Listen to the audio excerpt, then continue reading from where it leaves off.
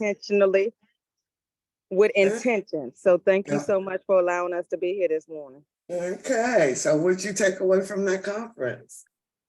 Well, my main takeaway, it was a lot, but the main takeaway is knowledge is not power without implementation. So when I sat in on that session and pretty much everybody said, I took Miss Paula's class. I took Miss Paula's class. I realized that it really takes implementation after you learn these tools. And so the knowledge can be given to you, but if you do nothing with it, then the knowledge is almost dead, right? Absolutely. So that's what I'm with it. So again, thank you for letting me be here this morning. I plan on doing something with it after the fact. So yeah, appreciate it. I think just people get still intimidated, and they go back to their comfort zone. So, well, thank you. Mr. Toker, please introduce yourself. Hey, good morning. Good morning. How'd you hear about us? Was you at the conference too?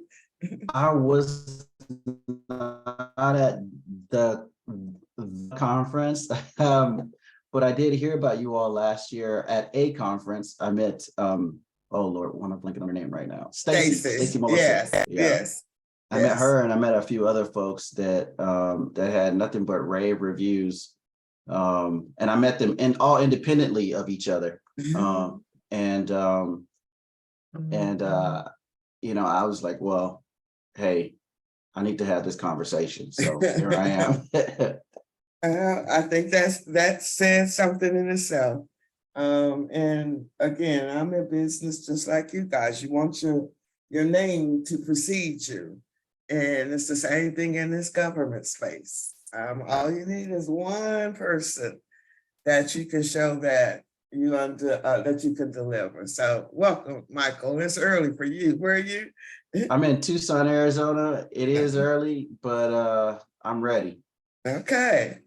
All right, Melissa, introduce yourself. Good morning. My name is Melissa. I first got introduced to your company at the National NARAB convention when it was held here in Atlanta. Then I got to see you personally speak at an Empire Board meeting during one of their general monthly sessions. And what has inspired you now to jump in? Well, I need to do something. Yeah, it's time for me, to actually, go ahead and put feet to the ground and start doing something. Okay, that's good. Well, welcome. And Kendra, where are you located? Are you in Florida? No, I'm actually in the DMV area. So I'm a real estate agent licensed in Maryland, DC, Virginia, and North Carolina. But I definitely got this spark from Labrisha. One thing I'm going to be doing is tackling the broker space very soon. So and hearing her speak, that was one of the reasons why I got turned on to you. But no, I'm actually a real estate agent in the DMV area. Okay. All right. Thank you. Good morning, Carl. Welcome. I know it's early out on the West Coast. Please introduce yourself to the community. Good morning, Ms. Paula. This is Carl, and I am glad to be here.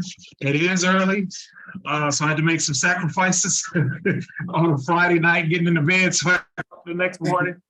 So I'm trying to get my camera going here. So thanks for having me here, and I'm excited and looking forward to the meeting this morning. And your background, again, it's all, everybody needs to understand everyone's background because it's all about collaboration and us collectively pulling our resources together. Okay, yeah, you're right. Hold on just a second, let me turn this thing off here. So my background is in mortgage financing. I have worked for the bank for a while, and now I'm independent, and I've been a part of NARAB off and on since 2016, and the current president, Madam President Anna the Queen Smith, has reeled me in to NARAB, and I went out to the convention, and that's where I got to meet you, Miss Paula, and you did, an amazing job because there was a buzz throughout the entire process of everybody got to go see Miss Paula. So I had to jump up real quick before the storm come rushing in on you. And that's when I say, you know what, let me go meet Miss Paula real quick. And that's when I went to talk with you. And so I'm trying to figure out if I'm going to do it or if I have my wife do it, because she has the management company and my business is more so in the real estate. So we might just have her do it. Oh my God. I didn't even. Okay, I would say, again, both, because you can play off of each other. And I'm gonna go into a little depth of what's going on and how we're constantly being attacked. But we know how to build from ground despite all the obstacles that are constantly being thrown to us. So yeah. I'm going to go ahead and get started. And welcome to GPI. I'm more so now on a mission, more so than ever, because they have suspended new applications into this program, which is the heart of what I do and what I train you on. And it's a program that has been specifically designed for minority-owned businesses. So the court, someone sued SBA saying that a contract was taken away from them and put in the 8A program, which impacted their business. And that's not what SBA is about. SBA is about all small business, but the lady filed a suit against SBA in the 8A program. So now they have suspended any new applicants into that program, and they have to respond to the court ruling by August 31st. We have to be strategic too, because to me, and I know I'm going off script before I get in, but to me, it's every little piece has been taken back to my ancestors' days. They're attacking the education system. The healthcare has never been equal for our community. And now they're coming after the contract aspect of it. And so for me, my goal in what we're training you, because I knew all along this program, they're coming after it. As long as we have the tools right now, we're going to leverage. But my goal in the end is that you understand first how to compete as a small business. The 8A just becomes the actual tool and vehicle for you to leverage. But it's like we got to keep fighting. You all have to do the work. I don't promise that you will have all these contracts after you complete this program, by no means, because you have to do the work. But we also have to understand the collectiveness of our power. When I look at 11 people here online, that's a contract. But we've been trained not to work with each other, not to trust each other. But I think last week, Riverboat Brown motivated all of us to understand, pull our resources together, and we really could shut this country down if we understand the power of us as one. Does that make sense to everyone? Can I get it? Absolutely. Amen. I'm getting ready to preach this morning to y'all. We getting ready to go to church, all right? Y'all ready for church? We're ready for church. All right, I'm gonna cut off my camera so I don't distract myself as I'm going through the presentation. But again, I appreciate you all taking the time to sit with me on this Saturday morning. as we go through this overall of, this is not the one I wanted to use, I'm sorry. I thought it was. Hold on. Yes, I'm good. As we go and talk about this here government money and how do we become engaged? Hold on 1 second. I meant to cut it off.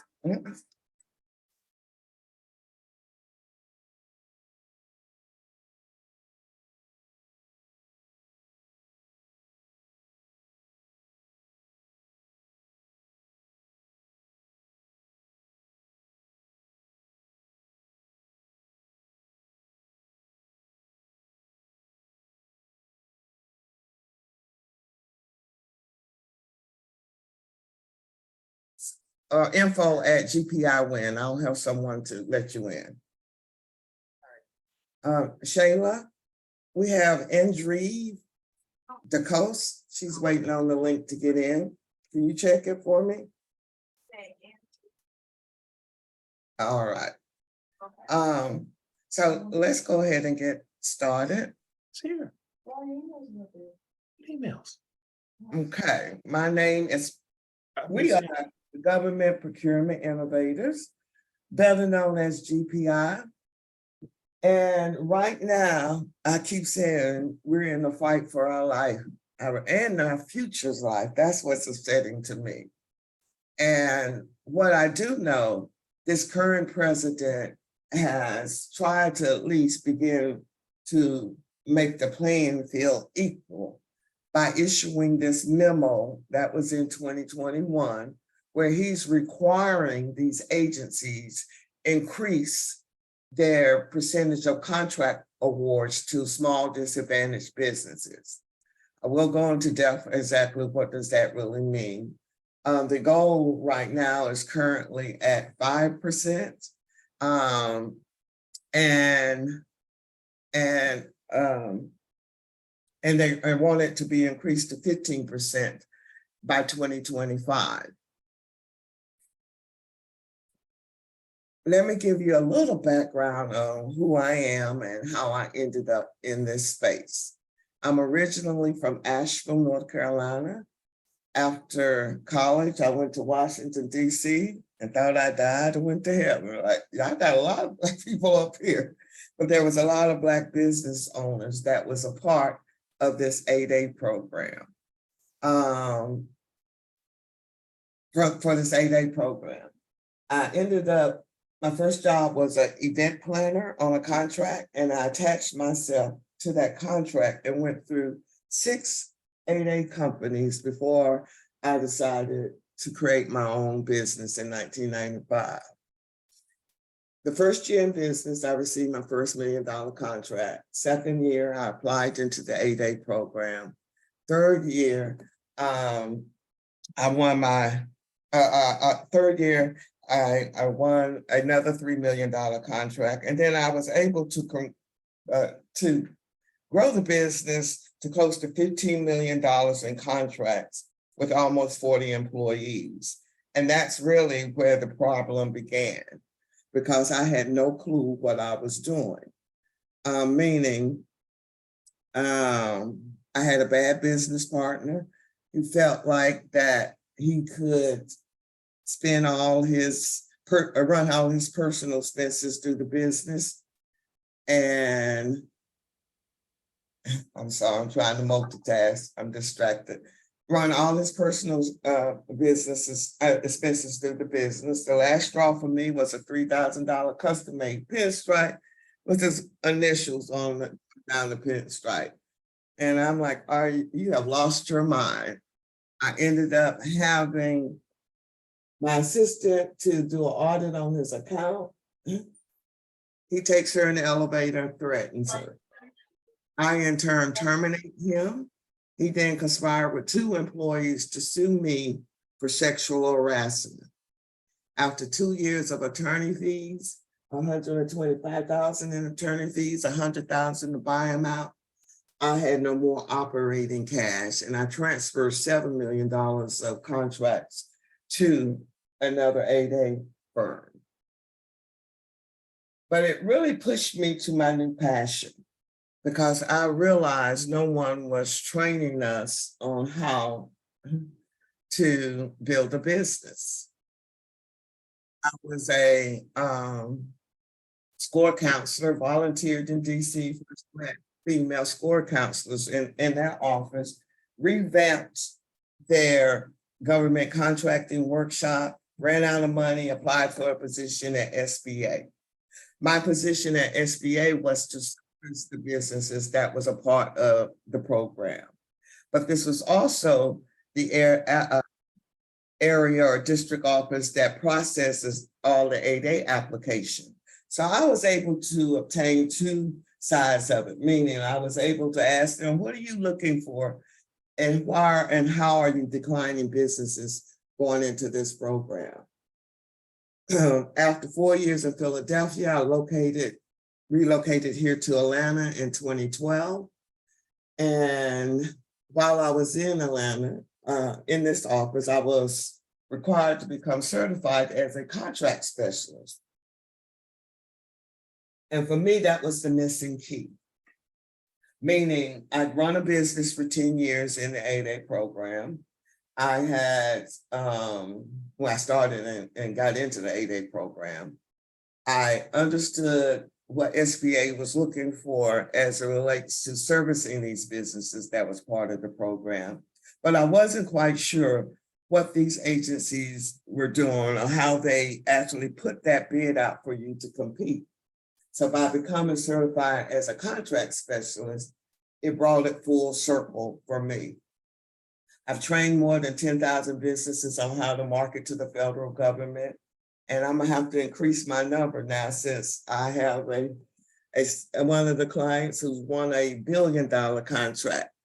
But my goal here is to help you understand how not to pigeonhole yourself.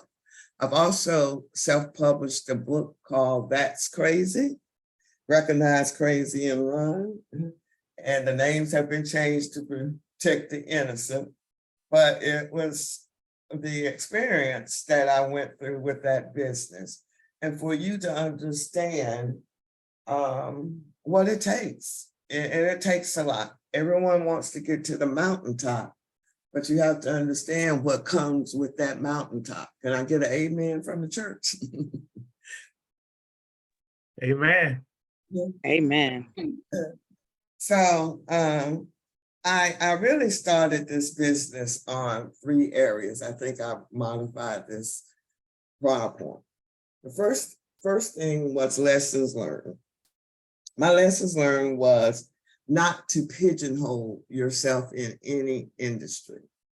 Meaning that first year in business, my mentor pulled me aside and asked me why I was pigeonholing myself. I was marketing my business as an event manager, event planning company. And when he said that, it made sense. Based on the 6 companies that I'd gone through previously and understanding how they became successful. Most small businesses will start their business on their skill set.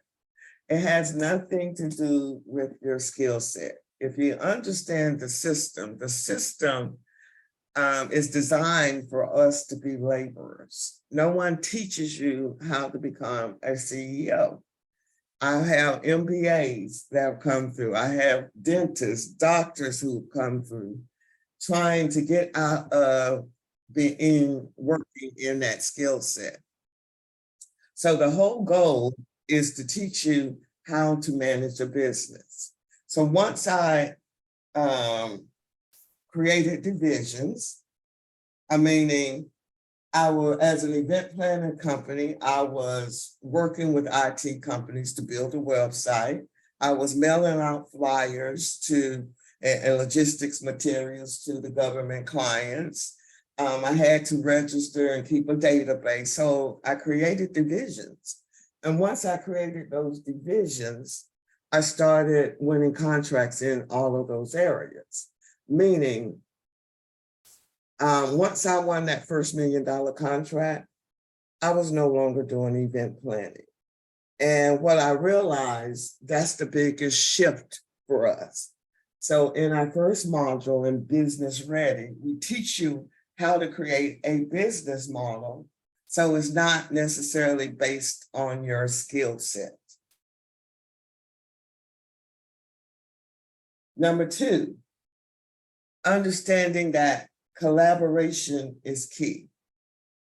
All of these programs, all of SBA's programs and these government contracts require us to collaborate.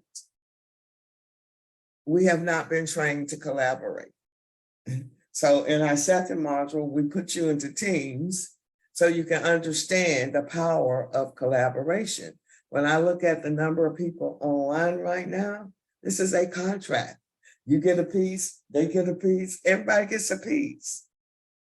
This is how we work this game.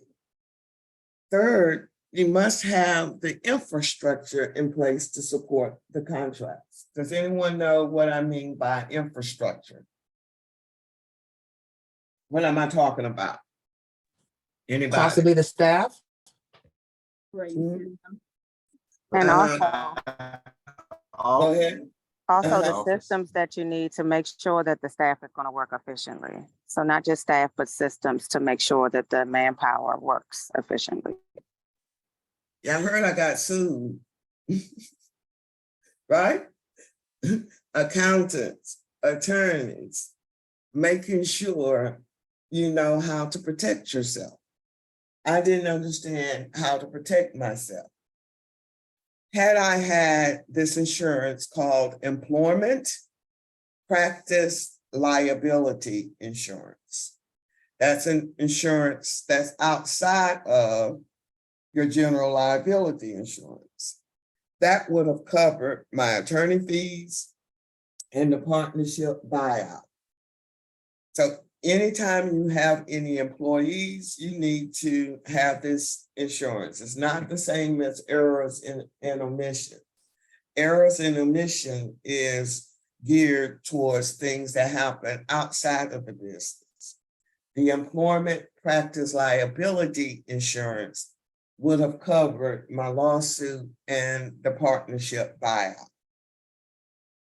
Any questions? And y'all, please. I have one, and that would be regardless of industry, correct, in terms of the employment liability? That is correct. Okay, thank you. And I'm kind of congested. I got COVID from that NARAB conference, but we're gonna push it through. So what I realized in this space, the challenges, working as a small business owner, working at SBA, and understanding what was missing. At SBA, I would always give workshops and everyone will leave with great information, but they're not quite sure what to do with that information. And it was the same thing with these government agencies. And I will consistently say, unless you worked on the inside of SBA, no one understands their rules and regulations. So what happens with SBA? You'll go there and you'll say, I want to become a federal contractor. They're going to tell you, great, we have wonderful resource partners. It's about 6 or 7 of them. And you start out on this journey, and after 6 months participating with the resource partners, you still don't have a clue. You're not quite sure how to connect the dots. And the barriers that come along include understanding the government language, understand the government processes. Once you determine the certifications that you are eligible for, or what type of documentation will I need? And understanding that each of these agencies work independently of each other. So that's where the major gap is. No one talks to each other. This is where I was getting to. These are the 3 areas I talked about: lessons learned and not limiting your business, and understanding when the government buys and sells. So when you're looking at the government operates on a fiscal year. Does anyone know when the government's fiscal year begins and ends? October 1, and it ends September 30th. Who is that answering that? Introduce And yourself. I'm Kendra. All right, Kendra, very good. October 1st to September 30th. So for you, there's a strategic time that you need to start marketing to the government. And generally, that's between October and February and March, because what happens during this period, these agencies have not been fully funded and they're operating on a continuing resolution. Most of the time when October came and really up to Christmas, everyone in the government is just biding time until Congress passed the budget. Right now, it's Christmas time. By the time the budget is passed and that money flows to the agency and down to all the departments, it's generally by March. The closer they get to September, all they're doing is trying to get rid of the money. That's their whole goal, get rid of the money. Why federal contracts? Every year, each agency are giving goals, meaning 23% of their contracts have to be set aside for small businesses, 5% if you're woman-owned, 5% for small disadvantaged businesses, 3% for service disabled, and 3% for hub zone. So what does that really mean for you? The more certifications that you have, the more you're helping that agency achieve their goal. As an example, if an agency awarded you a contract for $100,000 and you're a small business, that agency now gets credit of $100,000 towards their goal. If you're a small business and woman-owned, now that agency gets $200,000 credit towards their goal. And because it's a goal, SBA and not the law, SBA keeps a scorecard that's published on their website. They haven't updated last year's score. And it identifies which agency met their goals and which agency did not meet their goals. So for us, it's teaching you to identify which agency did not meet their goals that you can potentially target. Also, I want you to look at this number right here, 59 billion. 59 billion was awarded in 2020, fiscal year 2020 to small disadvantaged businesses, participants in the 8A program. Again, they're trying to get this goal up to 15%. The challenge that you're going to see is that there's no competition. When I was working in Philadelphia, in the entire state of Pennsylvania, there's only 68%, only 58 firms that was there, but I'm gonna go into details about that shortly. But I wanted you to get a general idea of how many dollars was coming into this program by agency and what industry. So why we train you to not pigeonhole yourself, there's no need to. We train you to use these databases and create a marketing strategy around where the money is going. Your goal is to find the people to do the job. And for those of you that are real estate agents, brokers, or in that field, if I can get you all to just remove that title and think of project management, because that house can't sell without you and making sure all the moving pieces are together.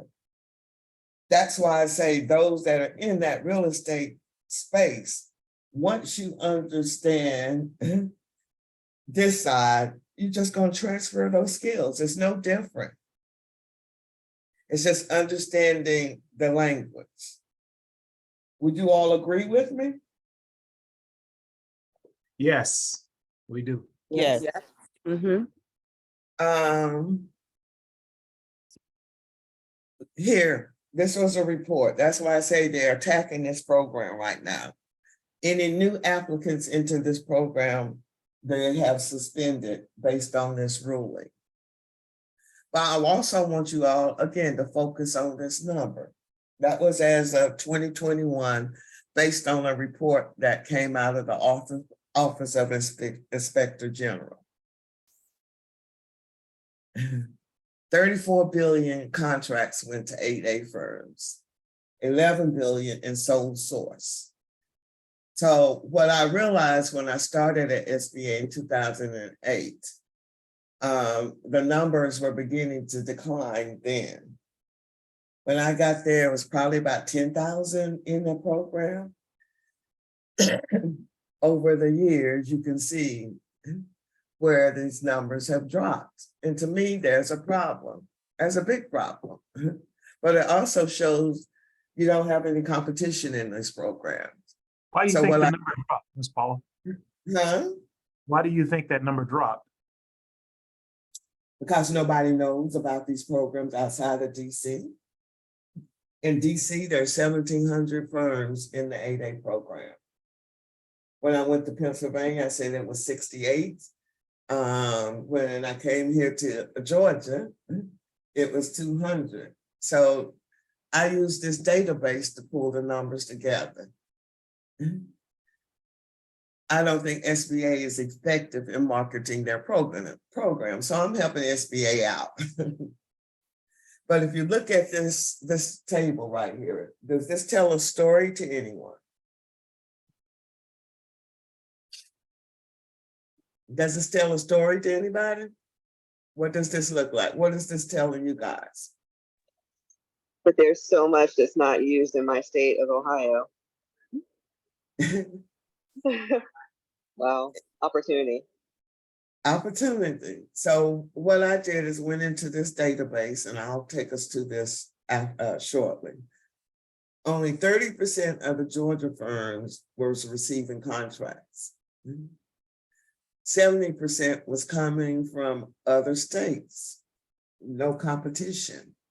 And then you only have 172 businesses in the entire state of Georgia participating in their program. But also over here, working on the inside, people think we were supposed to really handhold them through this process, but we were limited with resources. I had 40 businesses that I was responsible for. There was no way that I could help you take advantage of this program. That's why one of the reasons I left. I realized that the average person that applied into the program did not receive their first contract until their 4th or 5th year. My goal is that you're walking into this program with your guns and understand how to leverage and win contracts first as a small business. Don't even think about the 8A until you've won some contracts on your own as a small business. Does that make sense to you all? Yes. It does. Ms. Paul, I have a question. Yes, ma'am.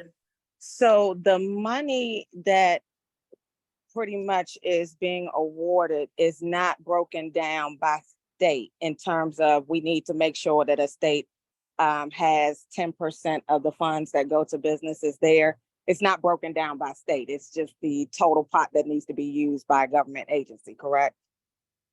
Yes. Okay. Yes. Okay. Yes, that's the overall. Okay. Gotcha. Thank you. And to piggyback off of that, so we're looking at Alabama. So does that mean we got 3 people that work for the SBA? SBA, yep. That's assigned to 58 companies? They split in that? Is that how that works? Yes. Oh, okay. But doesn't this number shock you? Yeah, it is. You can't tell me that we don't have more than 58 Black businesses in the entire state of Alabama. How many of you have heard of this program before? Have you even heard of it before? Anybody? No, I hadn't until about a week ago. Yes, I have heard of it. I've heard of it. This Yeah. makes no sense to me. So that's what I would tell people. Because again, when I was working with the firms and I'm going backwards. My head is all jacked up this morning. Y'all forgive me. I would tell the business from Georgia, go to Alabama. Every state has a contract. In every federal courthouse, that's a contract. Anywhere there's a military base, there's a contract. Why do you all think people from DC coming here to Georgia? What's here? What federal agencies are located in the state of Georgia? Anybody? I know they have a HUD office. They got a HUD office there for sure. Yeah, Warner Robins too out there. Mhm. CDC, come on. CDC awards 80% of their small business awards to 8A firms. You can live in that one agency, but there's also 5 military bases here. And again, Florida, I would say my Latino brothers and sisters, they understand the game, but we're still locked out. So my goal, again, is to help us get into this space. So when you look at this database, sam.gov, this is where opportunities are posted. And what SBA's resource partners generally would tell you is to start local, get your E's, your DBEs, MBEs, WBEs, all of these E's. Miss Paula don't like those E's because those E's never allow you to be your own boss. Not that I don't want to target them, but you got more competition on the local and state level.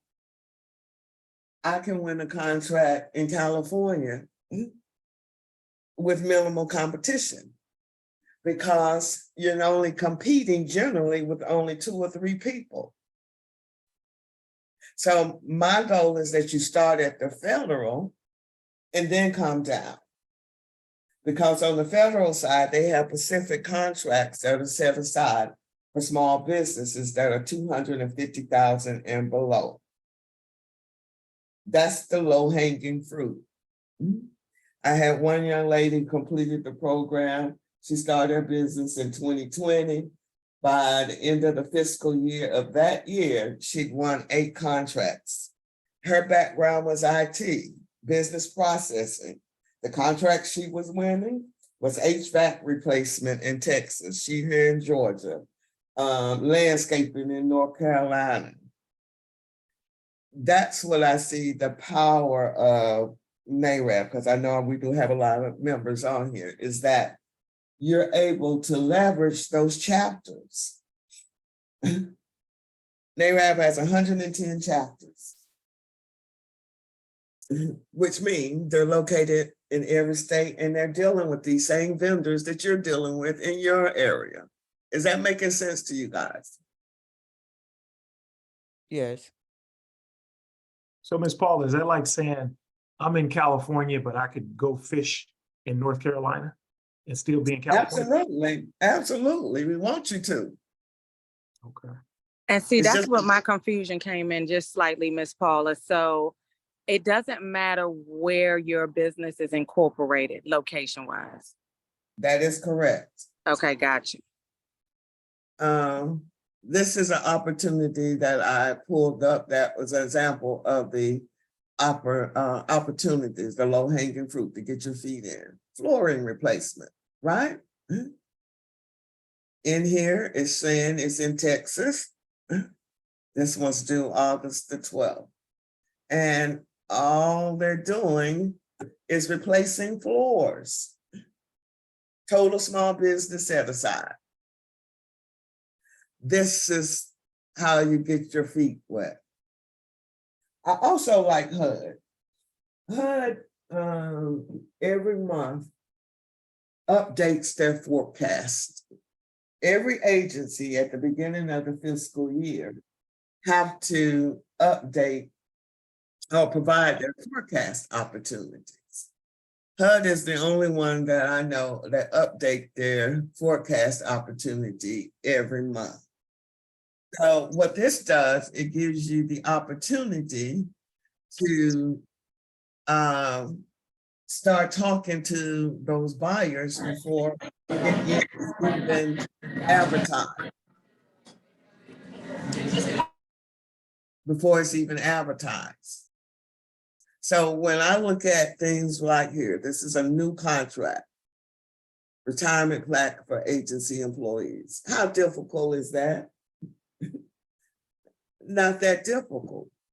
So what you can do before it's posted is reach out to Ms. Lawrence Wilson and to see, start the dialogue. How many plaques are you anticipating that you will need so that I can go ahead and line up my vendors and get a price before it's even posted? Because as you can see here, right, once it's advertised, they can no longer talk to you. But in the end, it's still relationship building. If you look down here, Ms. Lawrence is managing a couple of opportunities. Over here is where it says recompete. That means there's somebody currently have the contract, but you can use these databases to go in and see the exact who the exact incumbent was. Like here, they have a contract number. So I can put this contract number in a database and it's going to show me the exact amount of the previous contract awards. Everything is public information. It's just you understanding how to connect the dots and where to go. This is another example. This was an event planning contract, new, total small business. This is, where it's already out, $10 to $50 million contract. Again, me as a small business may not be able to do it by myself, but if I pull these resources together, I can. So those of you that do that real estate, what is open house?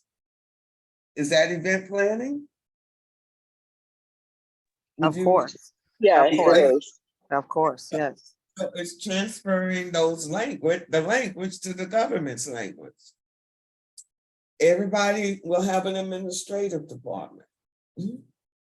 Because every agency is going to need administrative support.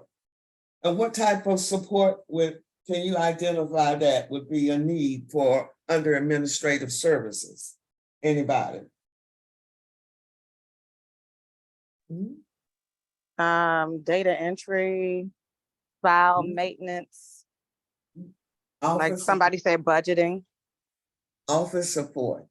The government always, especially now, there's a whole wave that's retired. So they're hiring temporary staff, records management, document preparation. Everyone should have an IT division because IT is going to be a part of every business. Again, once you shift your mindset to understand, I don't have to know anything about that contract to win, then you're in a better position. And I looked at business as a sport. My daddy wanted me to play all these sports. So I played basketball. And so when you look at business, I use the same analogy, meaning everyone wants to push our children to become LeBron and Stephon.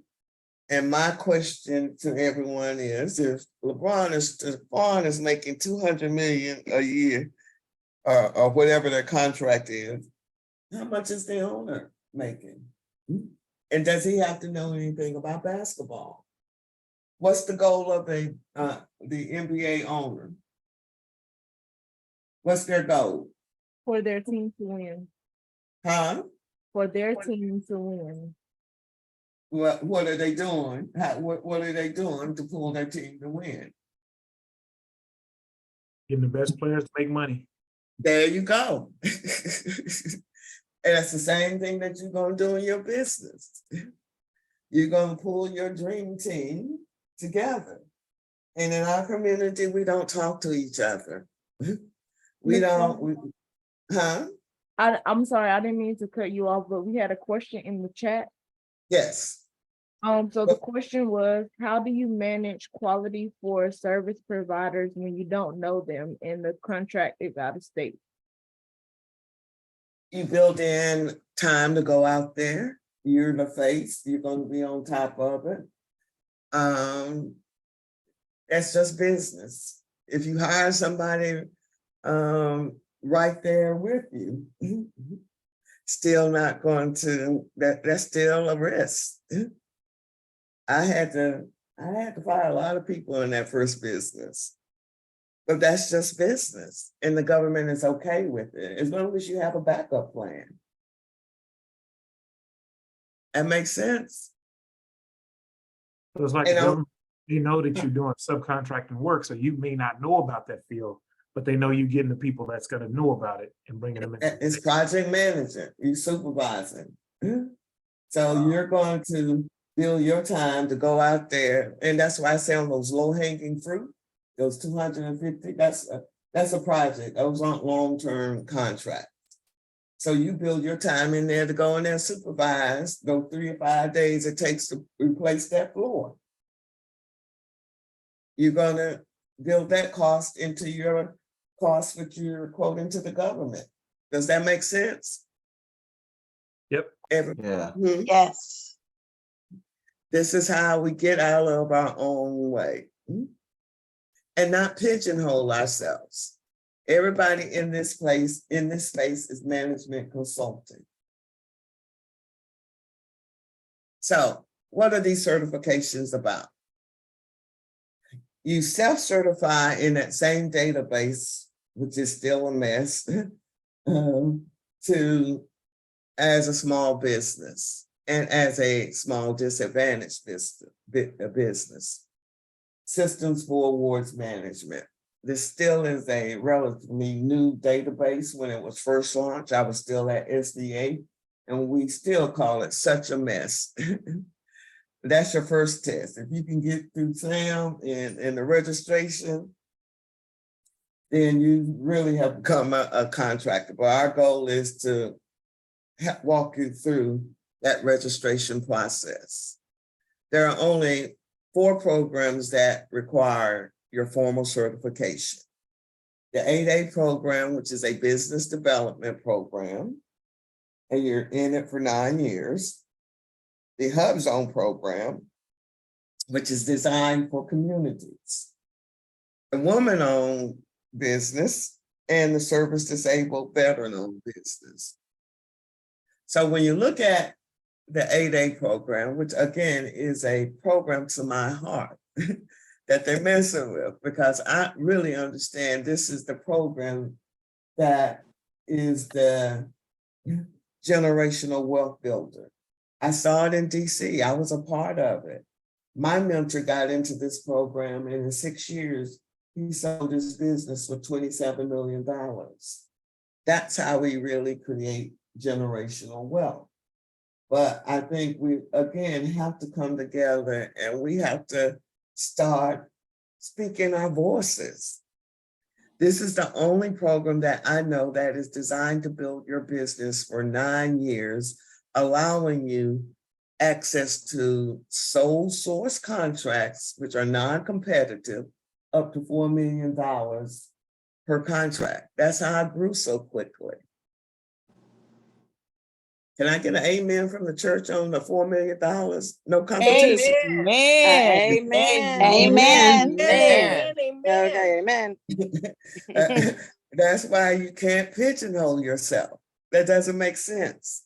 Why do I just want to stay in that comfort, in my skill set industry, when the government have billions of dollars?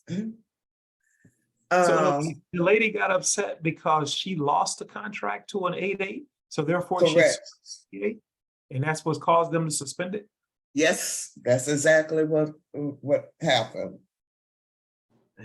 But don't they normally have just these set asides? I mean, she wouldn't even be allowed to apply, right?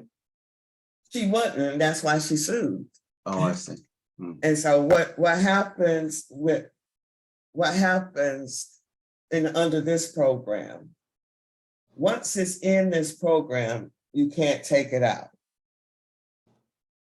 So this contracting officer was trying to put that contract in this program. SBA is not going to accept that contract into this program if it's going to harm another small business. And they do what they call an impact analysis.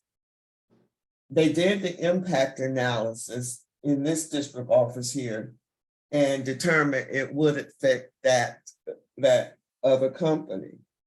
But the contracting officer shopped the contract around to another district office in Mississippi. Mississippi did not do that type of impact analysis, accepted it into the program, and then awarded it to an 8A firm. And that's what's triggered all of this. And it's almost the same thing with the affirmative action. They're chopping at all of the things that have been built up from the 60s. But right now, we're going to continue to leverage and understand the game, but also understand that we need to understand how to compete as a small business first. All the other certifications are just the extra gravy. In this program, and I think it's going to take a couple of more years because I've been talking to some of the attorneys up in DC. It's like, what y'all doing? We need to go. We need to keep fighting this. But right now, the courts are stacked up against us. We have no power. That Supreme Court, the Supreme Court, they're in charge. But again, I'm not going to let that discourage me. I'm going to continue to keep pushing you all through so that you can first understand how to win these contracts as a small business. If you heard Labrisha at the conference, that $1 billion contract was what they would call full and open. So she was actually competing with large corporations and she knocked them out. That's what I'm talking about. We cannot fight without any money. We've got to get money back into the community. And this is my goal through the program. Also, the real estate industry, you all tend to have about 4, 5, 6, 7 different entities. That's a headache for me in the government. Because what SBA will do, the more things that your name is attached to, you are considered affiliated. So if you have 2 or 3 entities and you're trying to apply into this program and you have revenue coming from all 3 entities, you're going to be denied because part of this program requires that you're full-time under your business for the 9 years. If you also on your on your tax return, you need to make sure you're not using that agent or broker code. That brokers aren't allowed into the program. Agents aren't allowed into the program. So on your tax returns, up in the corner, there's going to be what they call an NAIC code, a standard industry code. Your code needs to be 541611. 541611. That's the management code.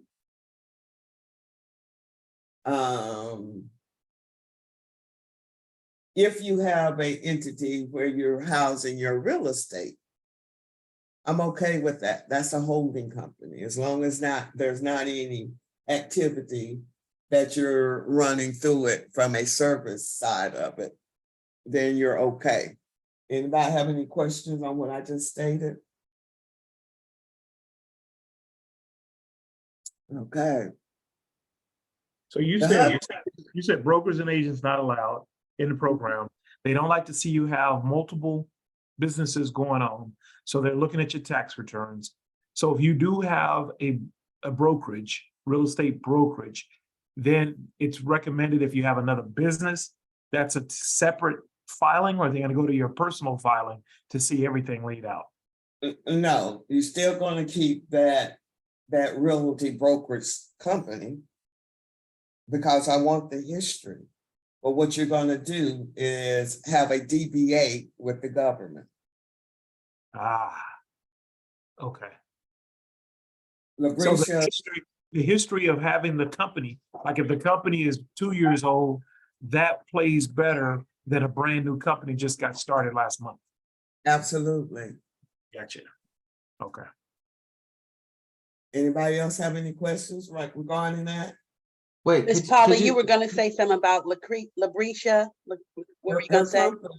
She's still Dawson Realty Group, but to the government, she's Dawson Management Group. Oh, wow. And Oh, how, so that's why she told us that you had her email and everything. Now it makes sense. so how, If- so how did she get like a DBA with the government? She just do that through her state, or is that Yeah. something that's Yep, inside of through SAM? through your state Okay, or county. That's what we cover in Business Ready. okay. Okay. The Hub Zone program is different. It's based on where that business is located. As long as your business is located in an area designated as a hub zone, and 35% of your employees reside in a hub zone, not necessarily the same area that your business in, you can qualify into that program. This is what they're fighting. Now, they changed the rules. Even with us, we could never say it was based on your race. We would always have to say it's based on you being discriminated. As long as you're a member of any one of these ethnic groups and a US citizen, you're automatically qualified under the social. However, if you are not a member of one of these ethnic groups and can prove that you've been discriminated against, then you can apply into the program. So they did allow others to apply into the program. They just had to go through a little bit more hoops. But this will be interesting on how they rule on this. The other part of this is your economic status. You cannot, adjusted gross income cannot exceed $750,000 minus any equity in your home and in your business. So if you have any rental properties, that equity will be counted against you. Are y'all clear with that? That's not good. So what if you put your rental properties into like maybe a small business entity name or something like that? Can you do that? Say what? What if you put your rental properties into a nonprofit organization? Can you do that? And then it won't count against you? No, that's still yours. That's still revenue income. If you sell that house, that's still income. And Ms. Paula, making an additional company, even if it's for nonprofit sake, can still work against you if they see that you're tied to multiple That is businesses, correct. correct? Okay, That so is correct. you got to I be wanna- strategic with that too. Okay, I get it. Anything that your name is associated to, I'm investigating. But this is the game that we play. That's why I say if you're married, or couples, or you need to always have another company that you're grooming to take to get into the program. Meaning with Stacy's company, she's in her 7th year of the program. But and she's done quite well in the program as well. But now we've trained her son, who is a veteran. She's subcontracting work to him under her umbrella. So when she graduates from the program, it allows him the opportunity to apply into the program. And she just flipped those contracts to him. That's how we create, again, generational wealth. Does that make sense to what I So just she said? has a succession plan already in place then. Yep. Okay, Ms. Paula, it definitely makes sense, but what we're looking at now, the economic net worth criterion, that is just when you initially apply, correct? Like, so for example, Stacy is going to be tied to the program, you said, for about 8-9 years. Are they looking at her net worth each year? Or is it when her company just applied? No, every year. Oh, my goodness. So will they kick her out if she gets over 850,000 in net worth equity? Absolutely. You're no longer economically You're not disadvantaged. disadvantaged. Now you're not disadvantaged. I get it. Okay. I had one young lady, she came in, she had the HUD contract. First year she came, first year business, she made 85,000. Second year, she applied into the program. She was assigned to me. That second year, she created a joint venture and won a $200 million contract. The third year, you have to evaluate the updates every year. And she given herself a $3 million bonus. I let it slide that first year, but I gave her a warning. The next year, she gave herself another $4 million bonus. I had to graduate her. We don't like to say we kick you out the program. We graduated you. Because again, you're no longer economically disadvantaged. So what I tell businesses is you keep that money into the company until you graduate. Your salary is capped based on the amount of contracts to $400,000 a year. So there's always, again, loopholes. You just need to understand the game. So Ms. Paul, if I'm hearing you correctly, when you get the money into your entity and you win the contracts and you keep the money in your business, then that does not affect that number. But if you take that money out of the business and put it in your personal entity or liabilities, then that's when they audit you the upcoming year. And that's when you can be taken out of the 8-8, but not the regular program though. So the program where you're competing against everybody, that would not apply, but we're talking just the 8-8, correct? That is correct. Okay, so Lubricia, if she keeps the money in Dawson's management, she good. But if you take that out and put that in Dawson real estate, or our personal accounts, then she may have a problem next year trying to renew that contract. That is correct. You got it. Okay, one more question. If Lubricia, for example, filed her taxes not using the code that you gave us, technically she used a broker, or let's say, for example, this doesn't apply to her, but a real estate code, she'd get kicked out as well. She would have never been able, once you apply into the program, you're gonna have what they have, primary and secondary codes. So you can have 30 or 40 secondary codes, and that secondary code would be a real estate code. But your primary code is going to be a management consulting code. That code would never change unless you request it. Okay, got it. Huh? The other kept secret is for those of us and our family members who have touched that Just Us system, this is another way that they also can get back into the game. They can start a business and even apply into this program. It just cannot be on probation or parole. And to me, this is another way to change the dynamics of this Just Us system and providing them with the tools and resources to be able to provide for their families as well. Elaborate on that Just Us, Ms. Paula. What do you mean? What do you mean, just us? What does The that mean? justice. Huh? Gotcha, I got you. Okay, thank you. HubZone applies to purchases over 3,000. There's no term limit associated with this program. So again, the clock isn't on your back. You're going to recertify every year. You're also qualified to obtain competitive and sole source contracts under this program as well.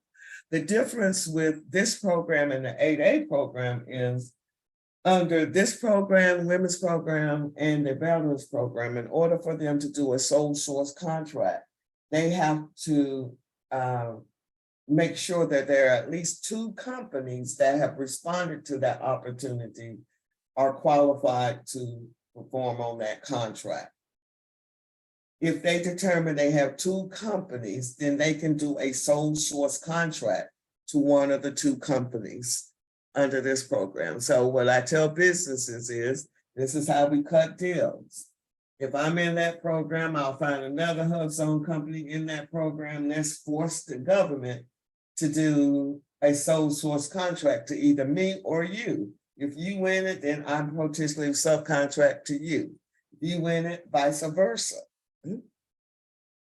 You also get what they call a 10% price evaluation preference for any full and open competitive contracts.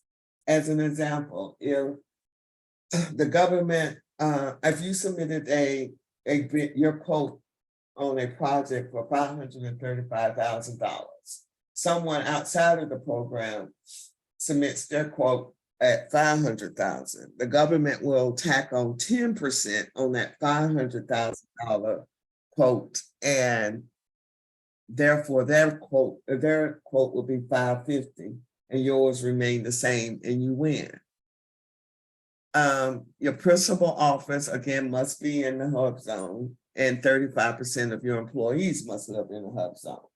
So let's say I'm the only employee in my business, and it's a home-based business, and it's located in a HubZone.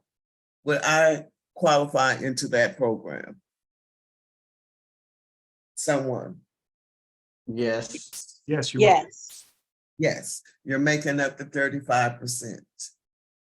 This is the HubZone map where you can key in your address, and it's going to tell you whether or not your business or your home base is in a HubZone. And just because it's in a HubZone does not necessarily mean that it's in the hood.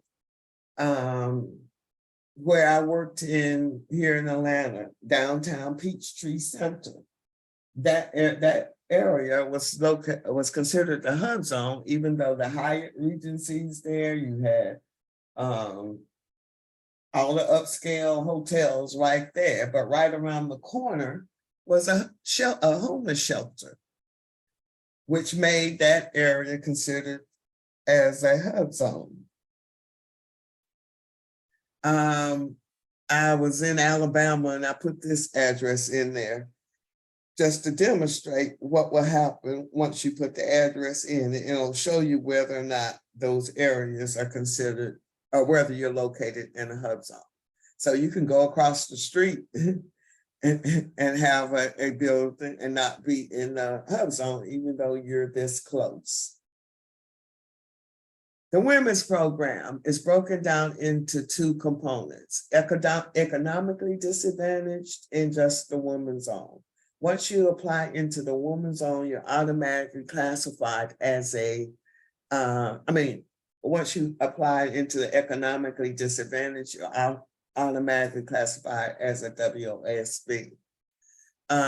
They're probably going to come after this program as well, because again, they're trying to take most of them, because this program is still relatively new, meaning it became law while I was working at SBA in 2012. And as soon as that became law, guess who I was receiving the most calls from? Anybody?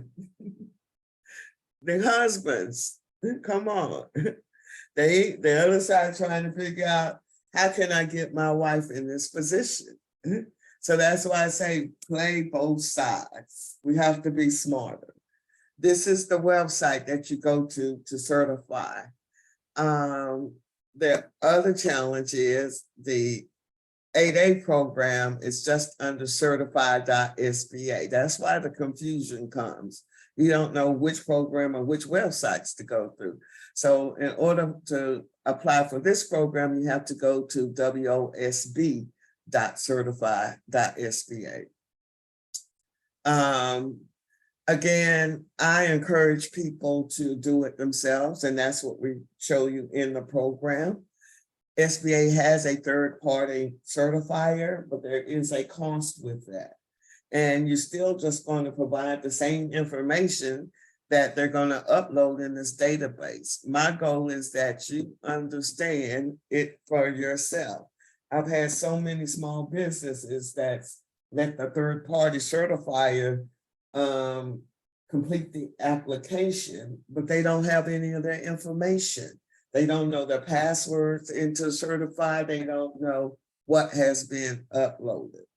You need to understand it yourself. These are the qualifications that they require. All of these businesses, all of these programs require at least 51% is unconditionally controlled by whatever entity that you're qualifying into that program. Manage the day-to-day operation, must hold the highest position, no minimum amount of time in the business. It states you have to work full-time during normal working hours, but based on that industry, you can justify not working on what they're defining as normal working hours. If it's a janitorial company, they don't necessarily have to be 9 to 5 or IT. So these are the qualifications that they're looking for.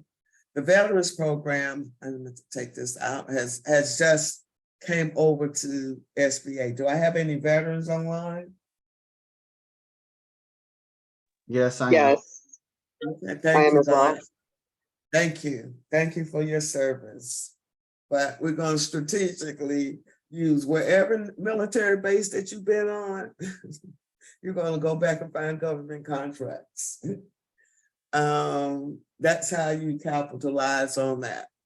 But for the veterans program, it is now under SBA. It used to be qualified through VA, but they brought over a lot of those participants from VAA to help process these applications. This is the link. I'm not going to spend a lot of details on it. These are the things that they're looking for when you're ready to apply into that program. We go into more depth of that program through my program. I'm going to take you to a couple of websites because I know I'm running against time and I'm conscious of people's time. Are y'all have any questions on the program?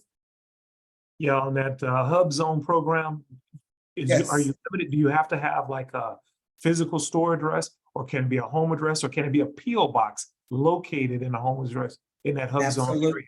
It can't be a PO box. Nope. Even when you're registering in SAM, you cannot use a virtual office unless you have a lease agreement. You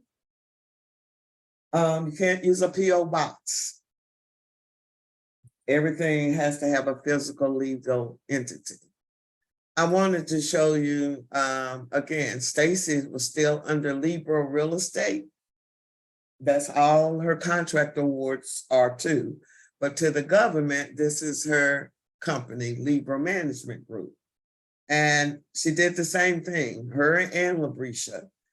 We created these divisions, right? Based on everything that you do. This one was new because one of her first contracts in the 8A program was testing monkeys in a lab with HIV. That was a $3.5 million contract. Did she have to know anything about testing monkeys in a lab? No, she just picked up those same people who've been working on that same contract for the last 10 years.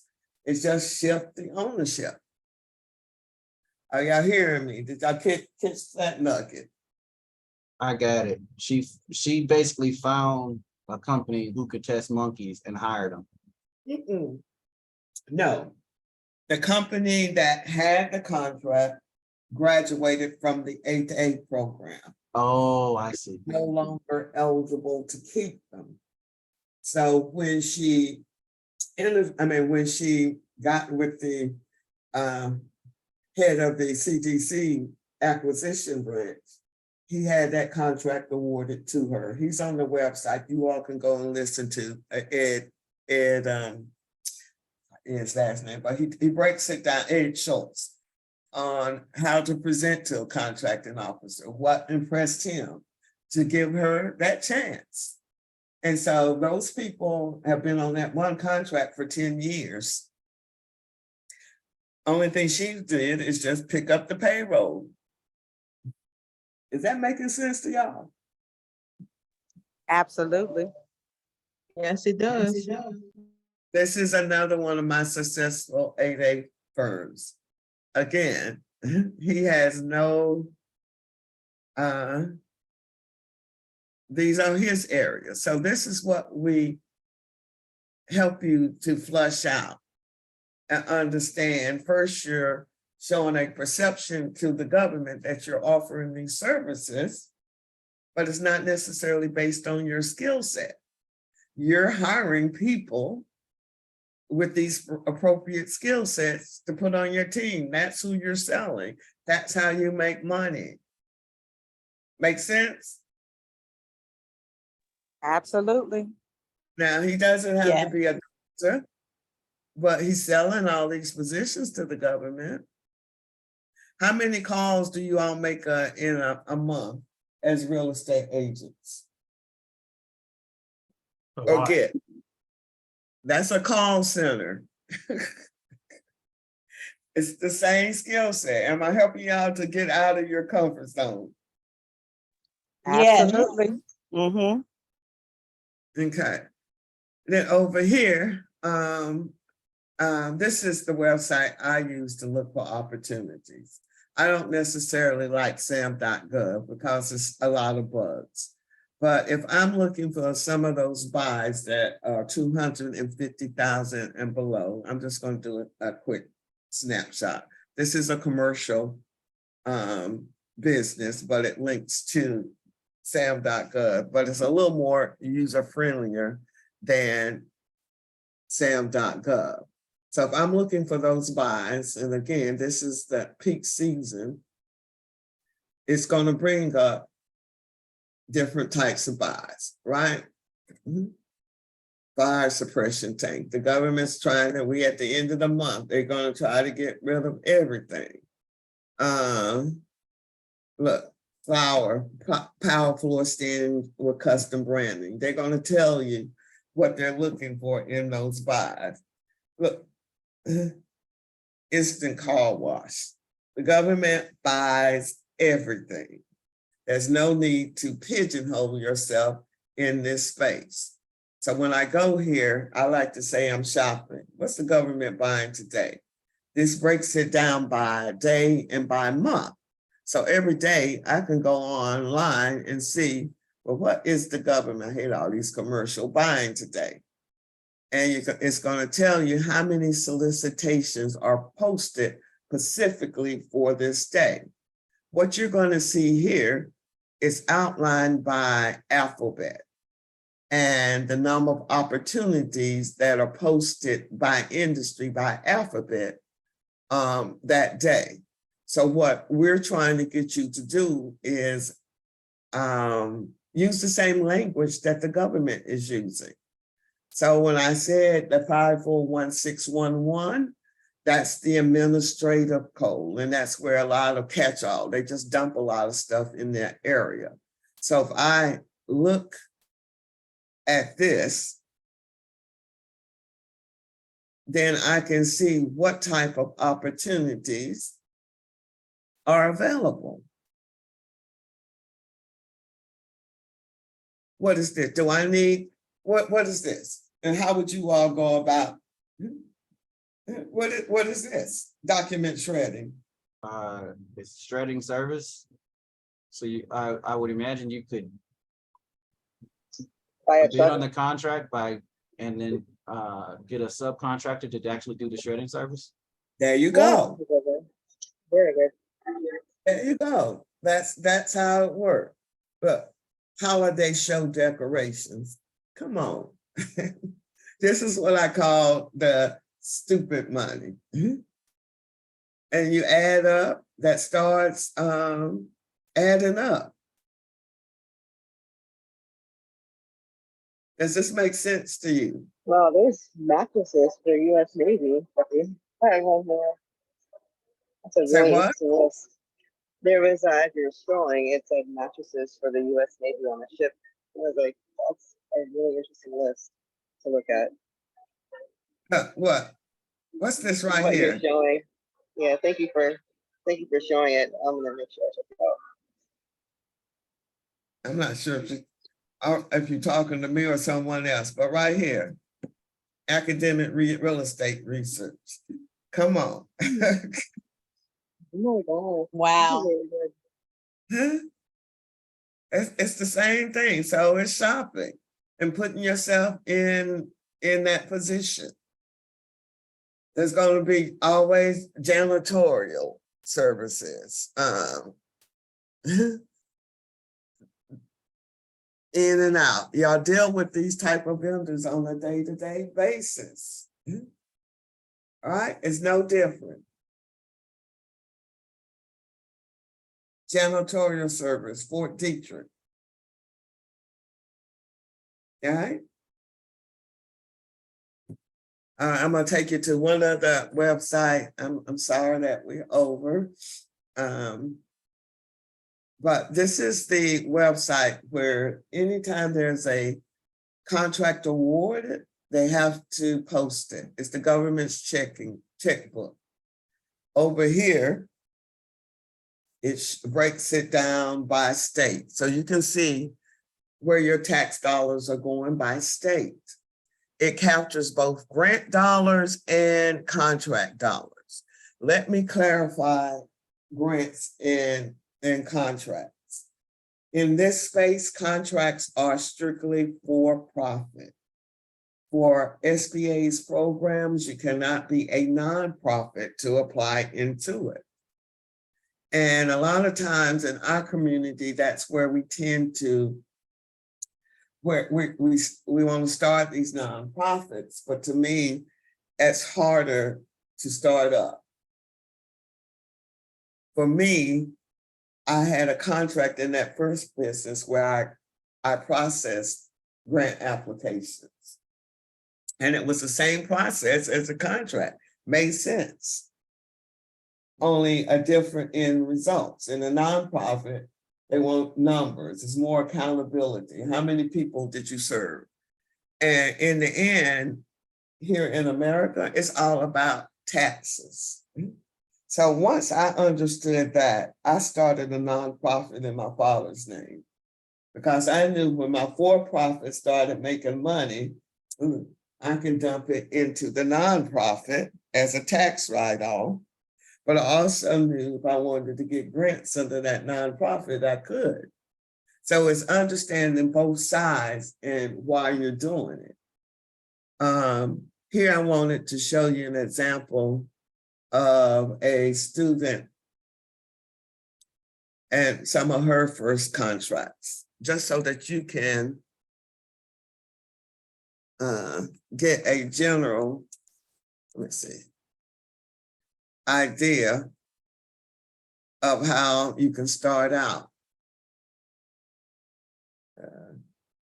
Here she goes. So this was one of her contracts that she won. This was a 5-year contract.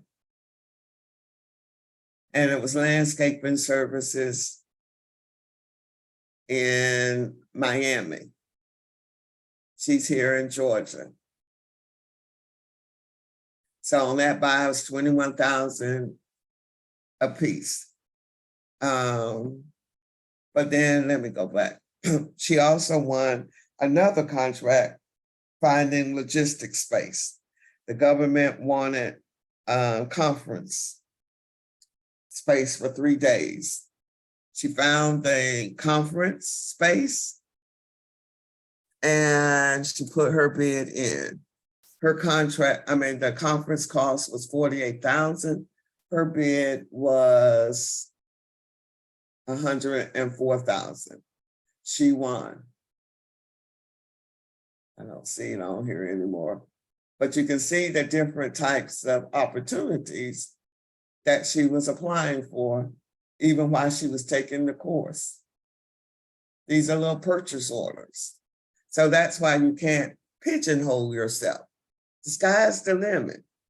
Because once you get in and improve yourself, then you're doing great work.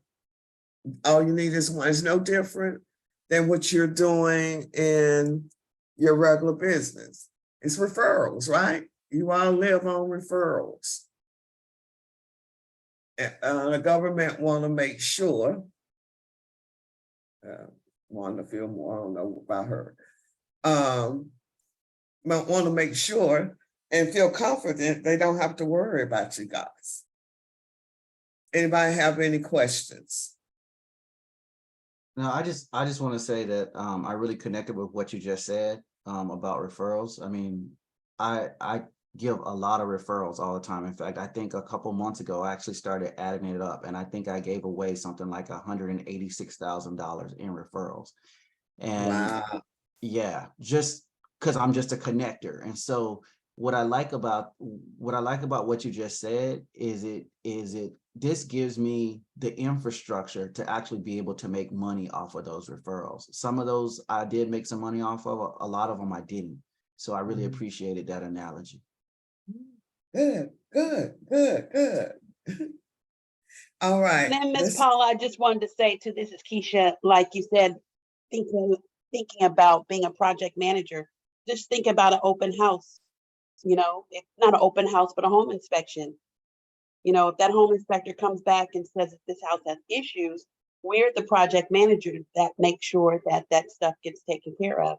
We're subbing out all this work and not getting anything for it. Yes.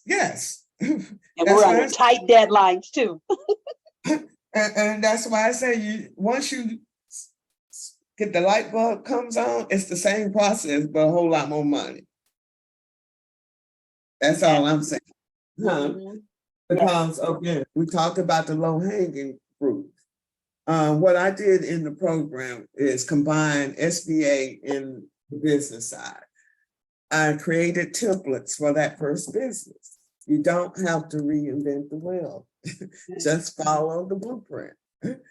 Everyone that's been successful has been following this blueprint because people don't tend to give you the information that I'm giving you. That's proprietary information.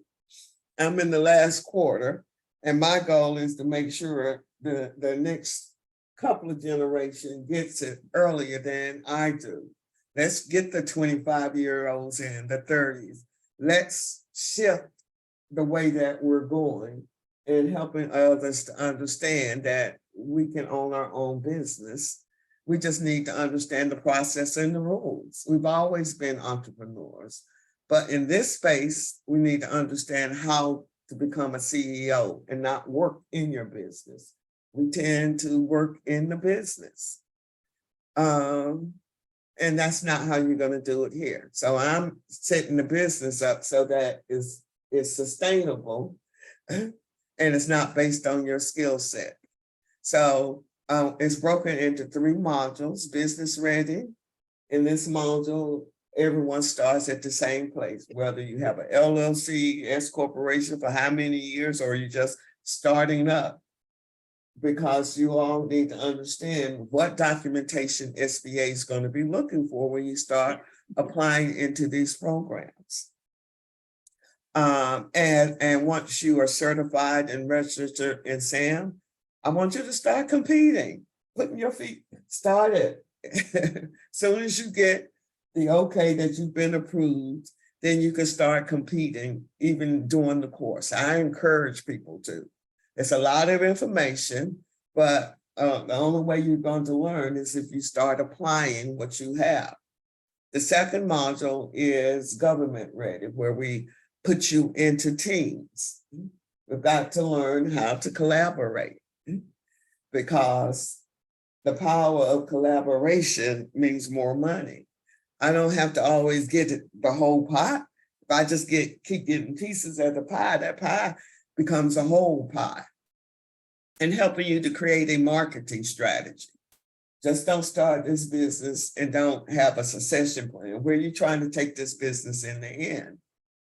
And then in the third module is really geared around the All Small Mentor Protege program and the 8A program.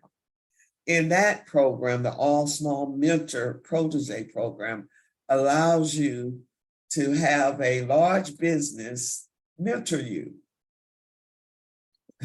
What does that do for you? It allows you to use their resources and put your business on steroids. I have a client who I helped get into that program. They approved him in that program. Him and his mentor created a joint venture. The first year under that joint venture, they won a $53 million contract. The second year, they won a $100 million contract. This is how we create generational wealth. The cost of this is $19.97. I have a partnership agreement with NARAB for $100 discount of it. If you choose to bring a second person, that second person is $1,000. I'm still trying to minimize the cost, but also understand I'm running a business as well. Next month, these prices will be going up to $2,500. We have to have a minimum of 15 people. And right now, I think we have 13 slots left. And I have 2 more weeks before the classes start. So I would encourage you to go ahead if you're interested to make it happen, because the seats, I've been selling out the classes for the last couple of months. The next classes will start in September. It is a live session. I will not be teaching it, but one of my other SBA colleagues who's retired and has 30 years with SBA will be teaching it. And the reason I've set this up, because in this space, you either have one person on the consulting side telling you how to do it, or you may have the SBA side telling you how to do it, but nobody's combining the two. Although my SBA colleagues may not have run businesses, but they've been at SBA for 30 years and have seen enough things in the business to understand businesses and how to leverage the program. You meet every Tuesday, once a week from 8 to 9:30 p.m. I encourage you to have dedicate at least 2 or 3 hours a week outside of the classroom, because every week you're going to have homework and lab assignments that's applied to your business. I host the office hours every Tuesdays from 6 to 7 p.m. That's when all of the cohorts come together, and I tend to go into more depth of what the instructors are telling. And then you get to hear from everyone else of where they are. What generally happens, the people that start in business ready, they are so anxious and excited and hyped up, and then they're overwhelmed and feel like they can't do it and talk themselves out of it. The way the program is structured is building blocks. We don't want to overwhelm you. Our goal is to make sure you get a return on your money. And that's why we've added these additional support services so that we do not leave any soldier behind. We don't want you to get lost in this process. You are a part of creating the future for the next generation. Again, this is a QR code to my business. That's crazy, recognize crazy and run. As I said, everybody want to get to the mountaintop, but are you prepared? I don't feel like I was prepared. I went from a project manager to running a multi-million-dollar company and didn't have a clue of what I was doing. Could not read a profit and loss statement. Only thing I was concerned about was needing payroll. I don't want you all to be in that position.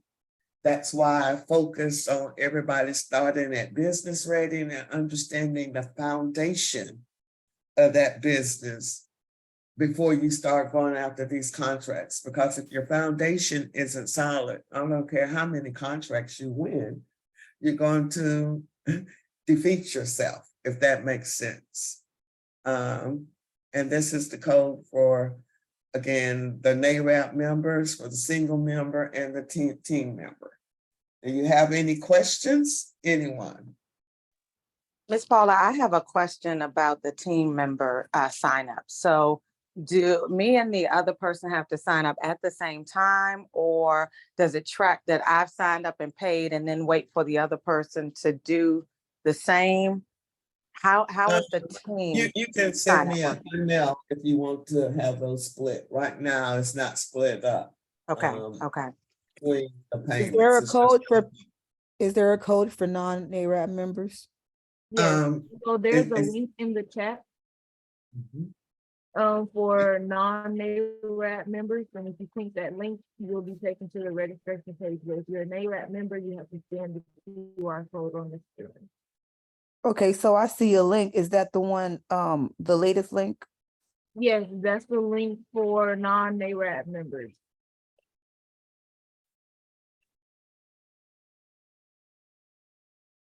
And again, Shayla, Miss Johnson Hello? is, hello? Yes, ma'am, I'm here. I was saying that Shayla is the example of the spirit that I'm trying to have within this community. Is to bring in those, and now she has her own business at 26 years old, subcontracting to me and positioning her early on to get these contracts. This is how we change the game, but we have to all be trained to speak the same language. That's my goal. I have 2,200 people in this database. There's no reason that we cannot, we should ever have to leave the house. So if I'm in Georgia and I see a contract in California, now you have a group of businesses in California that's gone through the program that's speaking the same language and understand how we can collaborate. So I've set it up so that people can go in and begin collaboration, partnerships. That's what it's all about. This is how we're going to change the game. We have got to come back to working together. And that's why I think that Alabama River boat brawl inspired everybody, because it demonstrated just that one little act. Like, no, we're not going to take this no more. And we all came together, and it's a different perspective. We've got to. I feel like right now in this climate, we're fighting for our children's future, but we cannot fight if we don't have any money. And to me, this is the way that we get money back into the community and be able to fight and change the dynamics, because it's going to be even uglier these next 2 years. I just see it. So I just need us to get in order. You all are the soldiers. You all are going to be the game changers, especially since you don't have to reinvent the wheel. With that being said, do we have any questions or can I get some takeaways? Anyone? Well, I have a question. Best practices in terms of when you submit that bid, the pricing, how do you, what best practice do you have, or what strategy do you have to know that you putting the right price for your bid to get your offer, I guess, accepted? We train you on how to use these databases that I just showed you on USA Spending. You can go back and see what previous awards are. I'm also going to show you this. That's why I say I want you all to understand what is happening. This is the only database where I help you create a strategy.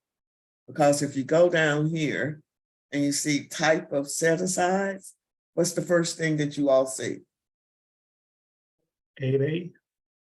8A, which means these contracts right here will never, ever be posted on sam.gov. Hello, that's the secret sauce to the Kentucky Fried Chicken.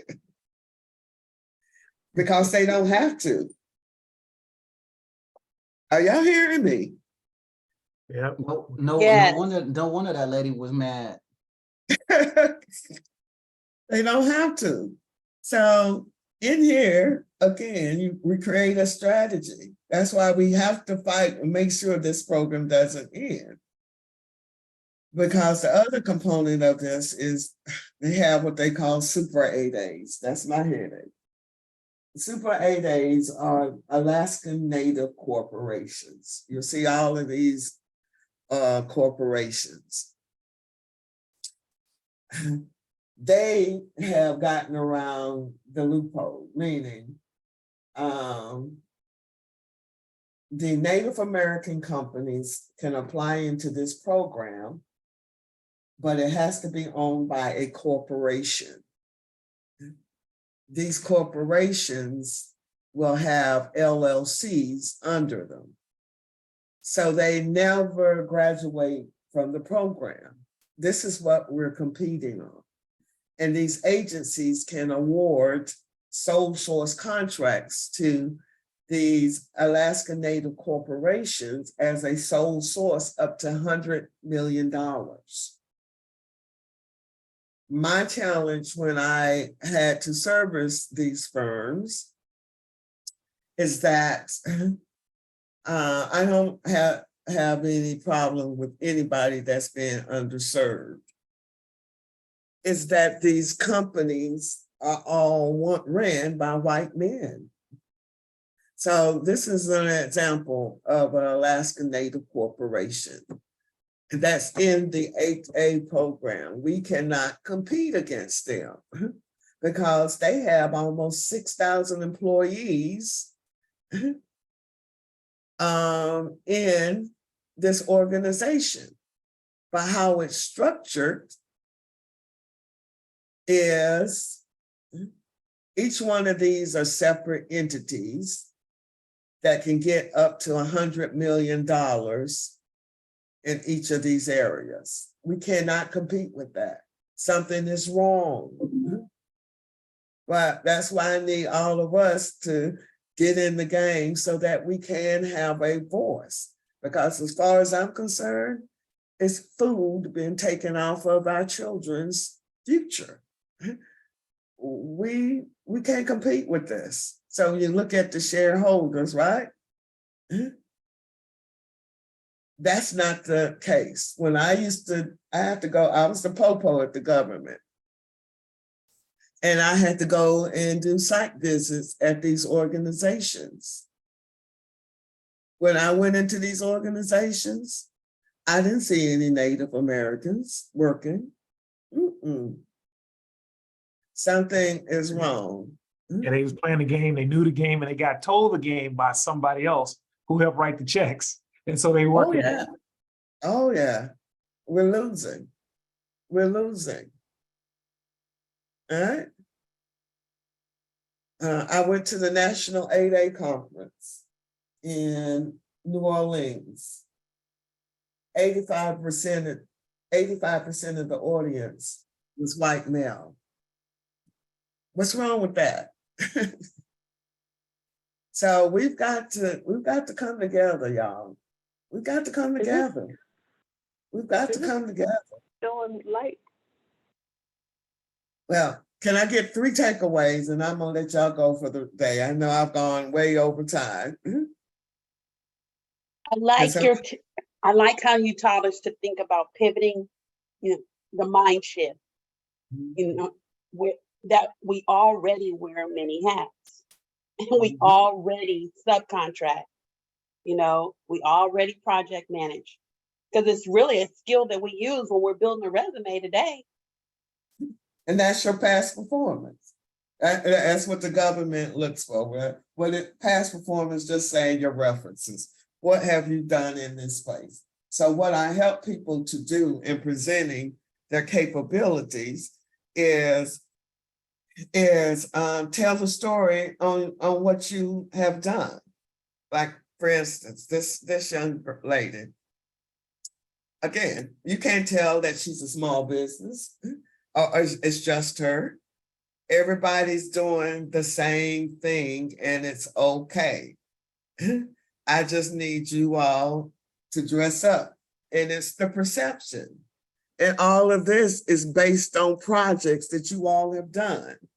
How many properties, when you are cleaning out that house to sell, that's property management, all right? So now you tell a story that my company has been responsible for property management and cleaning out how many other homes. You're telling a number, that's all. But you also are building it on your teams. Again, what I realized when I launched GPI at New Birth and started the training program under his umbrella, these church members, and I put them in the groups, these church members have been coming to that church for 15 years, and they didn't realize they had all these senior level government people right there in the church. When we go to family reunions, somebody in your family is working in the government or either a government contractor. We just don't talk or been trained. We don't discuss what we really do. You know what I mean? But what you all have done, especially in the real estate, that I feel like that was a setup. We need both sides because we know that real estate game is not being played fair either. But what they've done in that industry, as I've studied it, is real estate agents are the sales force. You're the ones at the bottom getting the lowest cut off of that sale. So it's no different in business. Let's put you on the top on this federal side and you're your own boss. And your industry run on a hope and prayer because you have so many variables that has to play out in order for you to seal that deal. Am I preaching? Yeah, you're preaching. I have a question. What's the latest we have to come up with the money, Ms. Paula? Huh? What is the latest time period we have to come up with the money? Come up with the money for the contracts or the program? For the program, to get in your program to 1897, I think it is. Yes. What is the latest date we have to come up with that? And can you do multiple payments? To the 22nd, but we cap it at 25 people. We've already have 11 people who've already prepaid. And I do have a link to PayPal. PayPal has a buy now, pay later. I had to get off the layaway plan with us. because I was spending too much time chasing money. So PayPal has a 6-month no interest finance program. Okay, yeah, I want to do that. And what, okay, all right, you answered my question. Thank you so much. My biggest takeaway, well, I got a lot of takeaways. One of my biggest takeaways, collaboration is the key. So just imagine all of us here coming together. We know what each one of us are doing, and we come across a big contract, we all come together. We have our communication set together where we're talking to each other. We know what's going on, and we're able to go get it. So I think that, and then we're able to recruit with confidence because we know we got an opportunity for them, and that's helping that next group coming behind us. So that's my biggest. And we are employing our own. The program is 18 weeks. It's 6 weeks each for each module.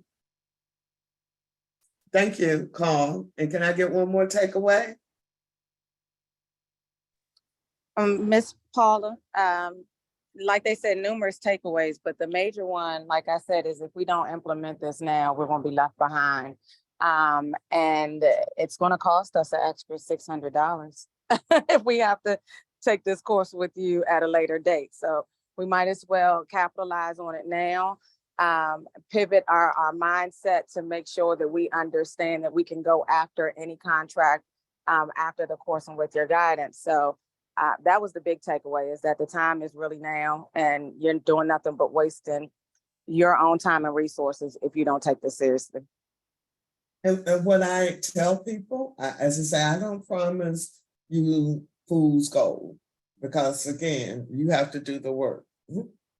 But those that commit at least 6 months to the year, they win. They are winning. And I encourage you to go on my website under the business tube, because part of people coming a part of the program, we have a pledge that it's about each one, teach one. So once everyone start winning their millions, they have to sponsor 2 people through the program and adopt a school in the hood, because we got to take care of ourselves. This is how we take back. This is my mission and my purpose. That's my commercial for the day. So unless anybody have any questions, this concludes today's webinar. No question, just a comment. I sent the email already about the team sign up. So as soon as I get a reply, I'll be able to be the 12th person already registered and paid. Okay. All right. Let's work this. Let's come together.